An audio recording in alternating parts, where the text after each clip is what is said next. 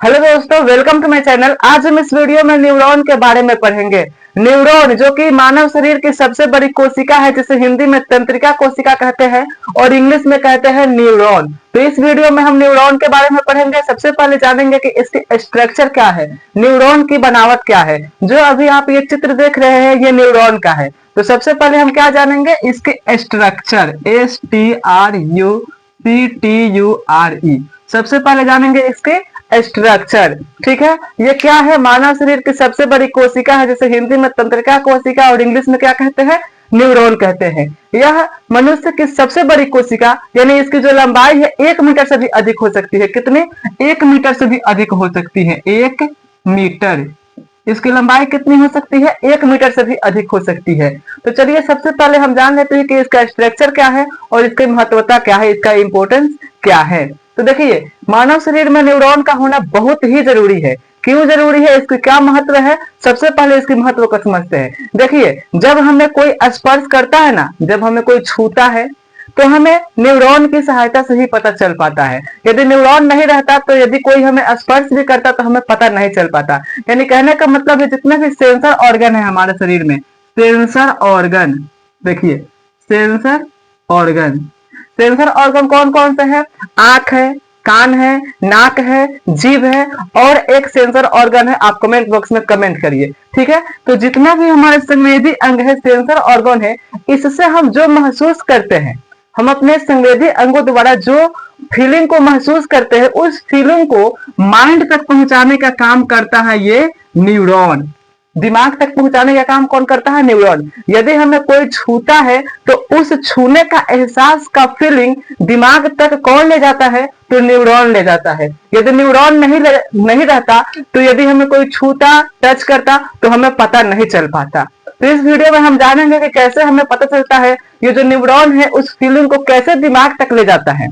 ठीक है, क्योंकि न्यूरॉन के कई प्रकार होते हैं, तो उस कई प्रकारों में एक ऐसा न्यूरॉन है जो कि हमारे संवेदी अंगों द्वारा महसूस किए जाने वाले फीलिंग को हमारे दिमाग तक ले जाता है। ठीक है, तो इस वीडियो में हम जानेंगे। सबसे पहले इसकी हम स्ट्रक्चर समझ लेते हैं, इसमें क्या क्या होते हैं। तो देखिए, ये जो स्ट्रक्चर है, अभी हम इसका नामकरण नहीं किए हैं, चलिए इसका हम नामकरण कर देते हैं। फर्स्ट ऑफ ऑल, ये जो धागे नुमा संरचना दिखाई दे रहा है, इसे कहते हैं डेंड्राइट। लेकिन चलिए हम शुरू से पढ़ते हैं। देखिए, सबसे पहले ये देखिए, ये आकृति है, ये जो आपको आकृति दिखाई दे रही है, इसको कहते हैं कोशिकाएं, यानी कि सेल बॉडी। क्या कहते हैं इसको? Cell body. देखिए, CELLBODY, क्या कहते हैं? Cell body. इतना क्लियर हो गया? ये है हमारा सेल बॉडी। और सेल बॉडी के अंदर रहता है न्यूक्लियस। क्या रहता है? न्यूक्लियस रहता है और कोशिका द्रव साइटोप्लाज्म रहता है। सेल बॉडी के अंदर रहता है न्यूक्लियस और साइटोप्लाज्म। ठीक है, अब देखिए, ये जो सेल बॉडी के ऊपर जो धागे नुमा संरचना दिखाई दे रही है, इस सेल बॉडी हो गया, और इसके ऊपर जो धागे नुमा, रेशे नुमा संरचना दिखाई दे रही है, इसको कहते हैं डेंड्राइट। क्या कहते हैं? डेंड्राइट। देखिए, DENDRITE,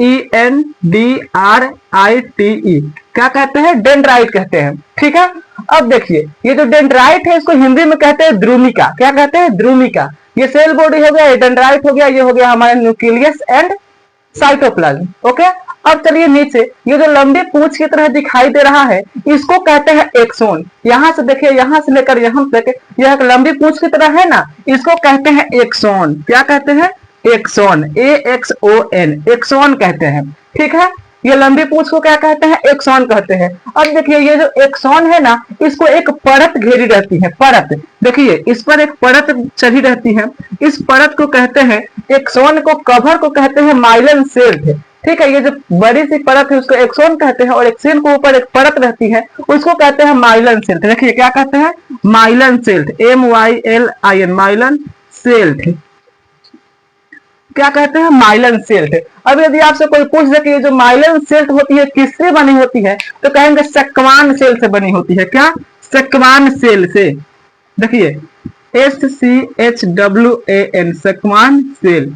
सक्वान सेल से कौन बनी रहती है? ये माइलन सेल्स बनी रहती है। ठीक है, तो इतना क्लियर हो गया। यहां से लेकर यहां तक एक्सोन है, एक्सोन के ऊपर एक कवर रहती है जिसे माइलन सेल्स कहते हैं, और माइलन सेल्स जो होती है वो सक्वान सेल से बनी होती है। इतना क्लियर है। अब ये फिर नीचे आपको धागे नुमा आपको दिखाई दे रहा होगा, रेशेदार एक संरचना, इसको कहते हैं एक्सोन टर्मिनल। क्या कहते हैं? Axon terminal, axon terminal, axon terminal कहते हैं। इसको क्या कहते हैं? Axon terminal. तो ये रहा हमारा स्ट्रक्चर ऑफ न्यूरॉन। और देखिए एक और पॉइंट छूटा है, ये जो आपके बीच में गैप दिखाई दे रहा है ना, इसको कहते हैं नोड ऑफ रोनिवर। क्या कहते हैं? Node of Ranvier, node of Ranvier, node of neuron कहते हैं। ये रहा हमारा स्ट्रक्चर ऑफ न्यूरॉन। इसमें अब कोई भी टॉपिक नहीं छूटा है, ठीक है। तो आप इसका स्क्रीनशॉट ले सकते हैं, ठीक है। और ये स्ट्रक्चर ऑफ न्यूरॉन है। इतना क्लियर हो गया। इसकी महत्वता जान गए। क्या इसका महत्व है कि संवेदी अंगों द्वारा महसूस किए जाने वाले जो भी फीलिंग्स होते हैं उसे दिमाग तक ले जाने का काम करता है हमारा न्यूरॉन। यदि न्यूरॉन नहीं रहता तो यदि हमें कोई टच भी करता तो हमें पता नहीं चल पाता, ठीक है। अब देखिए, चलिए टाइप्स ऑफ न्यूरॉन को जान लेते हैं कि न्यूरॉन कई तरह के होती है। देखिए types of neuron, types of neurons, ठीक है।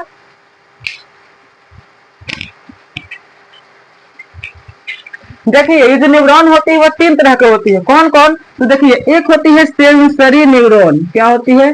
सेंसरी न्यूरॉन, यहां पर ध्यान दीजिए। दूसरा होता है मोटर न्यूरॉन। क्या होता है? मोटर न्यूरॉन्स, ठीक है। और तीसरा होता है हमारा इंटर न्यूरॉन्स, इंटर न्यूरॉन्स, ठीक है। अब देखिए ये सेंसरी न्यूरॉन्स का क्या काम है, मोटर न्यूरॉन्स का क्या काम है और इंटर न्यूरॉन्स का क्या काम है। सेंसरी न्यूरॉन्स को कहते हैं हिंदी में संवेदी तंत्रिका कोशिका, इसे कहते हैं हम। मोटर न्यूरॉन्स को कहते हैं चालक तंत्रिका कोशिका और इसे कहते हैं मध्यस्थ तंत्रिका कोशिका। तो जो सेंसरी न्यूरॉन्स है ना, यही क्या करता है कि जो हमारा फीलिंग है उसको दिमाग तक पहुंचाने का काम करता है। जैसे यदि हमें कोई टच कर दिया तो इस टच का एहसास, ये जो सेंसरी न्यूरॉन्स है ये हमारे दिमाग तक ले जाने का काम करेगा। हमें कोई टच कर दिया, इस टच का एहसास न्यूरॉन्स से होते हुए हमारे दिमाग तक ले जाने का काम करता है सेंसरी न्यूरॉन्स, ठीक है। अब यदि मान लीजिए कि हमें यहाँ पर कोई टच किया है, तो यहाँ पर टच किया है तो बस सेंसरी न्यूरॉन्स का क्या काम है कि यहाँ का टच का एहसास हमारे दिमाग तक ले जाना। लेकिन फिर दिमाग ये सोचेगा कि कहाँ पर टच किया है, कहाँ पर कोई व्यक्ति हमें टच किया है, ठीक है। तो फिर क्या करेगा, ये जो मोटर न्यूरॉन से चालक तंत्रिका कोशिका पुनः दिमाग से संवेदी अंग तक ले जाने का काम करता है। उसके बाद हमें पता चलता है कि यहाँ पर हमें कोई टच किया है, ठीक है। तो सेंसरी न्यूरॉन्स क्या करता है, हमारे फीलिंग्स को दिमाग तक ले जाता है। और फिर मोटर न्यूरॉन्स क्या करता है, दिमाग से फिर उस संवेदी अंग तक लेकर आता है। उसके बाद हमें पता चलता है कि यहाँ पर हमें कोई व्यक्ति स्पर्श किया है, टच किया है, फीलिंग का एहसास होता है, ठीक है। तो यदि आप चाहते हैं कि इन तीनों न्यूरॉन्स पर मैं एक अलग से वीडियो बना दूं तो आप कमेंट बॉक्स में कमेंट करिएगा, ठीक है।